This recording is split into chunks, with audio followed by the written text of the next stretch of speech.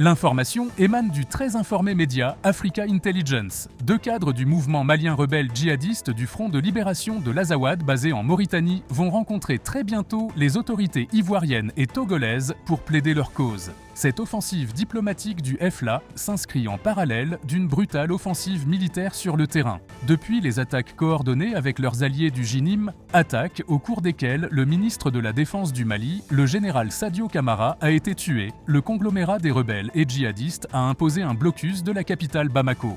Actuellement donc en position de force militaire sur le terrain, leur offensive diplomatique vise à légitimer leur cause séparatiste à l'échelle internationale après la reprise de la ville hautement symbolique de Kidal fin avril 2026, tout en cherchant à prouver aux chancelleries occidentales et africaines que la junte militaire au pouvoir à Bamako est en train de perdre le contrôle du territoire. La junte militaire n'est pas inactive de son côté. L'armée malienne utilise en ce moment et intensément ses vecteurs aériens pour pilonner les positions des groupes rebelles et djihadistes afin de faire sauter le blocus et réinstaller l'autorité de l'État. La contre-offensive d'Assimi Goïta et sa junte fait suite à la réorganisation du commandement militaire après les attaques d'avril où le président de la transition lui-même a personnellement repris le ministère de la Défense.